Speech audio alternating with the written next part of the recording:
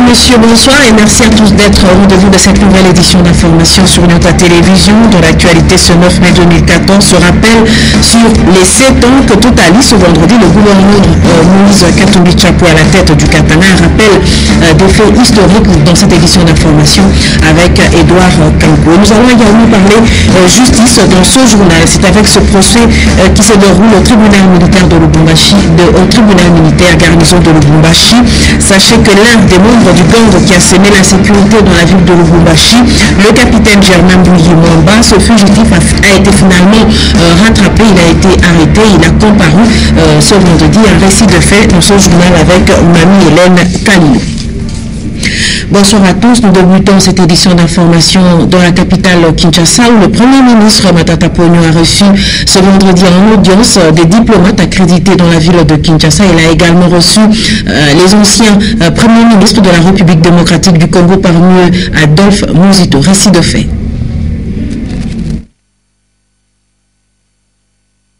9 mai 2012, 9 mai 2014, cela fait exactement 2 ans que le gouvernement Matata a été investi par l'Assemblée nationale. À cet effet, le Premier ministre a organisé une cérémonie de dévoilement de buste de ses prédécesseurs érigés dans le jardin de la primature. Question pour Augustin Matata Ponyo de reconstituer l'histoire de la République démocratique du Congo. Le sens de ce buste, Excellence Monsieur le Premier ministre, Excellence Monsieur l'Ambassadeur, c'est de contribuer à la consolidation de l'histoire de notre nation.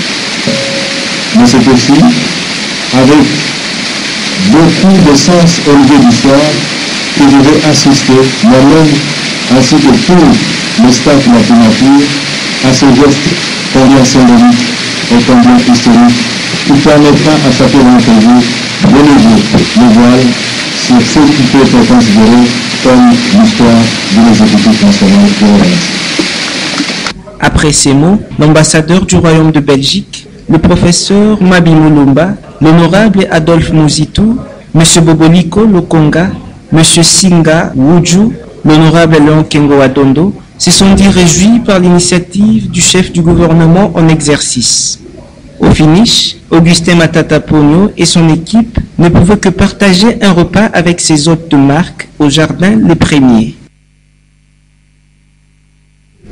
Revenons à l'actualité au Katanga, c'est pour vous rappeler que le 9 mai 2007, l'honorable Moïse Katumbi avait été élu gouverneur du Katanga par les députés provinciaux. Cela fait donc 7 ans qu'il est donc à la tête de cette province qui a énormément changé avec dans plusieurs domaines, notamment dans la voirie urbaine et également dans l'infrastructure de base. Je vous propose ce rappel de fait qui nous est proposé par Edouard Kankou.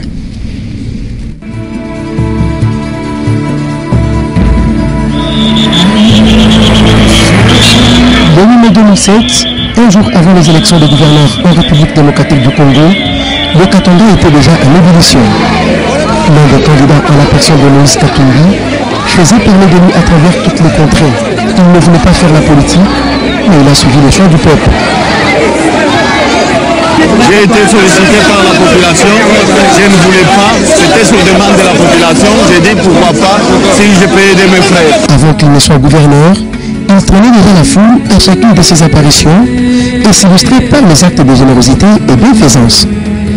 Quelques heures avant son élection, il promet de bannir la corruption et de s'investir pour que la population ait l'électricité et l'eau potable. Si je passais gouverneur, je vais faire quelque chose de bien pour créer de l'emploi, amener de l'électricité, de l'eau potable. Le 9 mai, jour des élections, le candidat Moïse est au volant de sa voiture. Direction, le bâtiment du 30 juin, siège de l'Assemblée provinciale. Ce sont de grands électeurs ou mieux députés provinciaux qui vont élire le gouverneur. Après le vote et le dépouillement, les résultats sont sans surprise. L'honorable Moïse Katumbi Tshapou l'emporte avec plus de 90% sur son challenger, le pasteur Théodore Ngoy.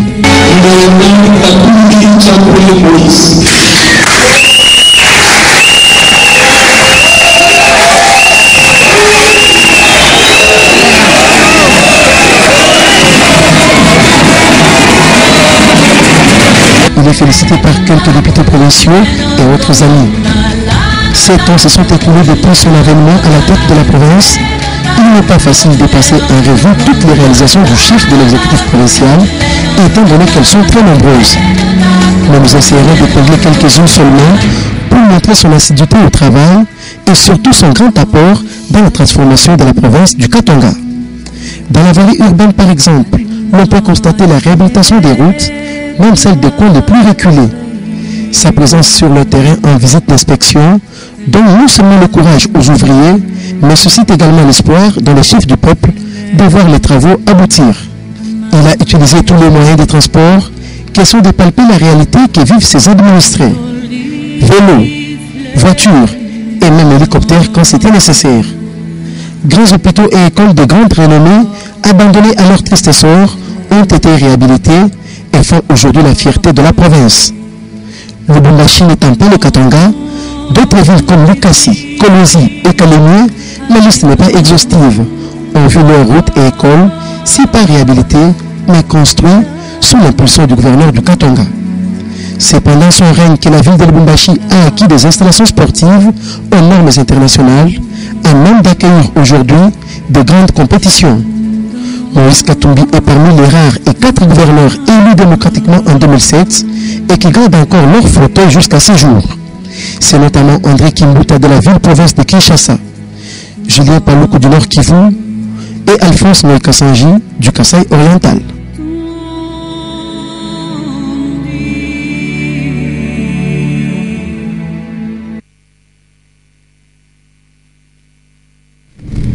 Et justement, le gouverneur de province qui a toujours le cœur à l'ouvrage a inauguré hier l'éclairage public à l'entrée de la ville de Lubumbashi. Et sachez que l'autoroute, toute l'autoroute Msiri sera également et entièrement éclairée. Un reportage de Nono Landou et Stéphane Chissou. C'est un soir à l'entrée de la ville de Lubumbashi, à sa bifurcation avec la route Likasi, où une armée d'ouvriers électriciens s'affaire à donner corps au projet du gouverneur Moïse Katumbi Tchapwe qui souhaite éclairer toute la nouvelle autoroute en essence. Dans les hauteurs comme sur terre, tout le monde s'affaire. Un énorme poste de transformation haute tension est également installé sous les regards perçants de quelques experts. Un travail harassant qui se poursuit jusqu'à la tombée de la nuit, jusqu'à l'arrivée sur le lieu de l'honorable Moïse Katumbi Tchapwe, qui en dépit de quelques dizaines d'heures de vol, a encore des ressources pour booster le moral des troupes. Une présence qui tombe à point nommé, car enfin le dernier pylône géant d'éclairage est planté, fermement et tient debout sous des applaudissements nourris.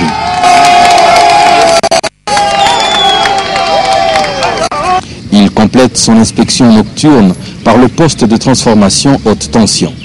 Le surlendemain, le soir du jeudi 9 mai 2014, le décor est déjà planté et l'ensemble n'attend qu'un coup d'interrupteur pour qu'en ce lieu la lumière chasse les ténèbres. Quelques minutes s'écoulent et la nuit venue, le gouverneur arrive. Sans transition, il actionne l'interrupteur et automatiquement tous les projecteurs se réveillent et s'allument, distribuant généreusement et sans compter de la lumière à tous les environs. La rangée des pylônes d'éclairage plantés au début de l'autoroute s'allume également. Tout devient tellement clair que même une aiguille logée sur la route ne pourrait se cacher. Et c'est dans cette ambiance que le gouverneur quitte les lieux. Tôt le lendemain, il est sur le chantier ouvert sur un tronçon du boulevard Camagnola, récemment affaissé. La situation est ici aussi attaquée par la pose des gros œuvres en moellon pour mettre un terme définitif au problème. Le gouverneur prolongeant son inspection sur la route du Golfe où des ouvrages d'assainissement continuent à être construits.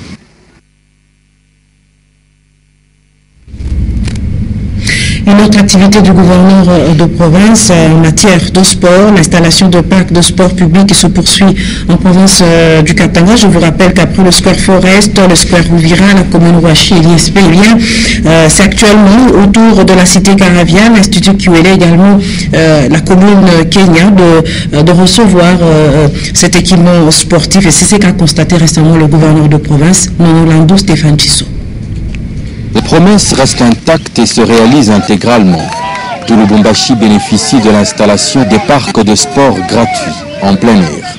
Après le parc Forest, le Square Ouvira, la commune de la Roachi et l'ISP, c'est à présent au tour de la commune annexe, au quartier Caravia, où dès la fin de l'installation, les équipements de gymnastique sont pris d'assaut sous les regards satisfaits du gouverneur sportif.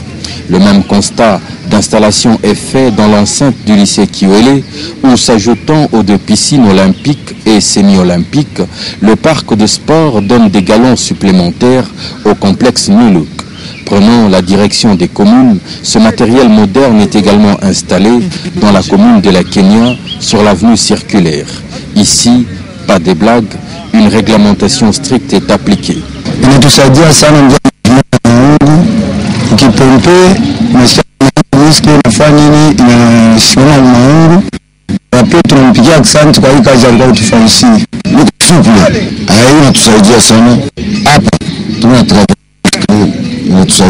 hii makazi yetu mamichi tunatumika hapa, inatusaidia sana, anatufurahisha na watoto wa masomo wanaanza sana, ndio pale wanaweka ile inakuwa 5h jusqu'à 8h30 mission 16h30.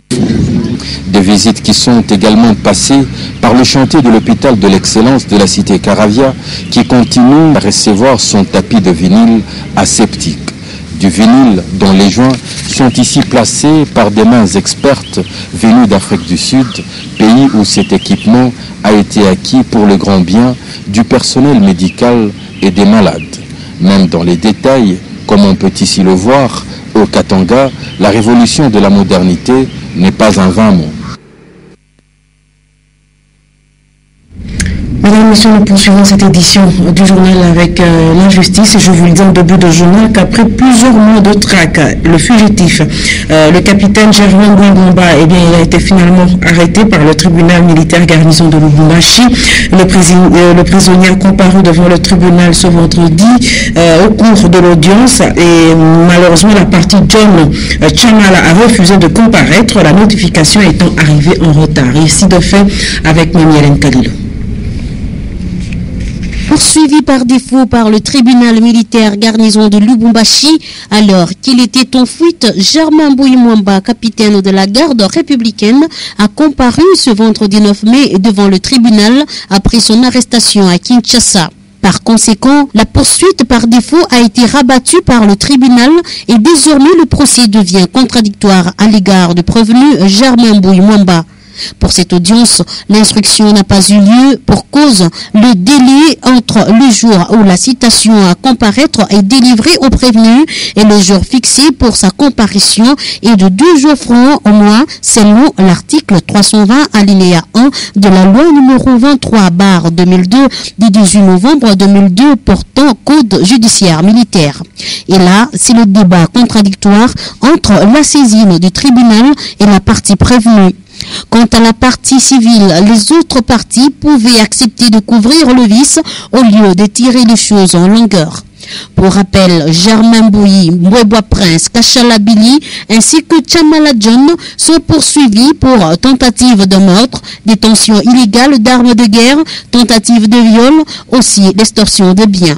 Ainsi, le procès est renvoyé à une date ultérieure en vue de respecter les procédures de droit. Et sur un tout autre registre, mesdames, messieurs, sachez que les ministres provinciaux de l'Intérieur et Mines ont procédé ce vendredi 9 mai 2014 à une remise officielle du site de Kaloumoun à la GECAMIN afin que celle-ci y travaille en collaboration avec l'entreprise Luna Mining. La cérémonie a eu lieu en présence des responsables de la GECAMIN, ceux de 2 ministères et également les responsables de l'entreprise Luna Mining. Un reportage de Diane Kassongo. Qui aurait cru que le site de Kaloumoun serait vidé des trésors artisanaux et mis à la disposition de la GECAMIN? Après une deuxième évacuation de ses exploitants, le site sera bientôt opérationnel. Juvenal Kitungwa, ministre de l'Intérieur et Sécurité, et son collègue des mines Odak Sompoué ont, lors de la remise de la carrière, demandé d'abord à la GECAMIN de s'organiser à ce que les exploitants artisanaux ne viennent plus envahir Kaloumoun. Aussi ont-ils instruit à Luna Mining, cette entreprise qui va œuvrer sur ce site, de faire bénéficier de l'emploi aux habitants du groupement Inakiluba qui avoisine la concession. C'était avant que le ministre de l'Intérieur ne remette la carrière de Kaloumoun à la GECAMIN. nous sommes très très heureux, c'est-à-dire aujourd'hui, parce que c'était un très grand défi, parce que c'était des dizaines de milliers de creuseurs qui étaient en train de travailler sur le site. Bon, pour le moment, c'est vrai qu'il y a encore de petits problèmes, ils sont encore en train de marcher. D'ailleurs, je voudrais vous dire que je les ai laissés au niveau de l'Assemblée provinciale où ils sont allés revendiquer la possibilité de trouver un autre site. Le docteur Odak Sompoué a voulu aussi se rassurer que les creuseurs ne reviennent plus travailler clandestinement à Lupoto. Il a, avant de souhaiter un long et fructueux partenariat entre la GECAMIN et Luna Mining, promis de repasser à Kaloumine, voir si leurs responsabilités et devoirs sont respectés. Je salue la collaboration entre la GECAMIN et Luna Mining. Ces deux sociétés ont quand même le devoir de sécuriser leur site. Parlant des creuseurs, ils n'ont aucun droit d'être dans des sites des entreprises. C'est illégal. Les responsables de l'entreprise qui va s'implanter ici ont rassuré les ministres que déjà une quarantaine d'autochtones sont en formation de 3 mois à Lucha et reviendront sur Kaloumine dès l'annonce du début de l'exploitation. Allons à l'intérieur de la province du Katanga pour reparler de ce récent séjour effectué dans le Haut-Lomami par le grand chef Kassongo Niembo, qui a profité de l'occasion lors de son séjour pour remercier le chef de l'État pour l'aide apportée par le gouvernement Matata Pogno après le déraillement du train survenu le 22 avril dernier. Le grand chef a également remercié l'autorité provinciale pour le déplacement effectué jusqu'au lieu du drame par le vice-gouverneur Gilbert Paul Yafchibal. Je vous propose d'écouter le grand chef Kassongo Niembo qui est au micro de Félix Kalumba.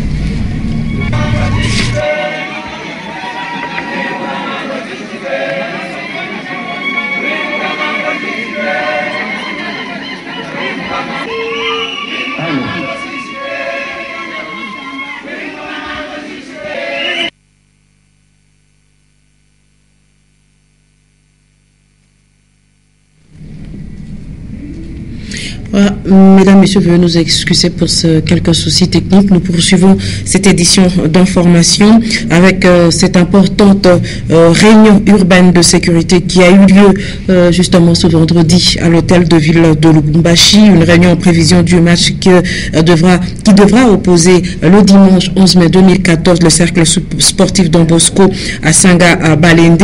Et sachez que les membres de ce conseil ont opté finalement pour un match à guichet fermé. Pour donner de précision, eh bien, le maire de la ville de Lubumbashi, Jean-Oscar Sangouza, s'est exprimé. Il est au micro de Maurice Mazel. Pour ce dimanche, le match Sanga Balende Don Bosco aura bel et bien lieu au stade TP Mazembe de la commune de Kamalonde.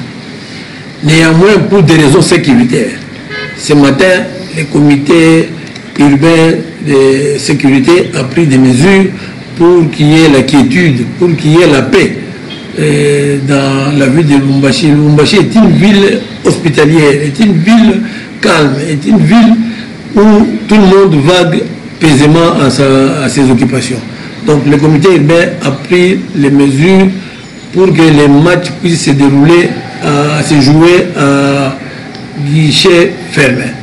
Donc il n'y aura plus personne au stade, en dehors des officiels, en dehors des joueurs des deux équipes. Donc Sanga Balende et Don Bosco. Ils vont jouer les matchs et que les meilleurs vont gagner.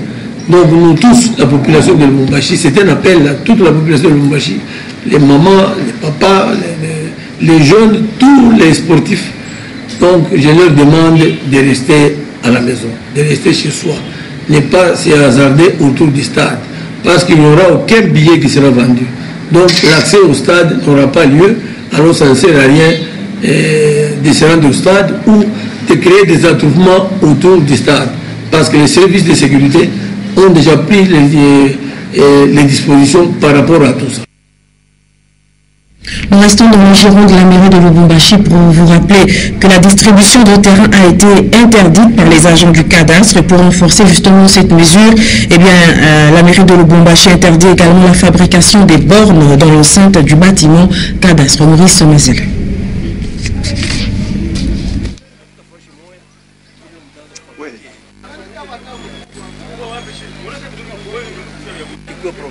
bientôt tutoka na lupanga sema nafaa kumadivu wengine mais entre temps ile fois nyingine ya kwanza kufanyia hata kama ni manyumba kama ni watu kwanza kufasilia ndio kwa aferi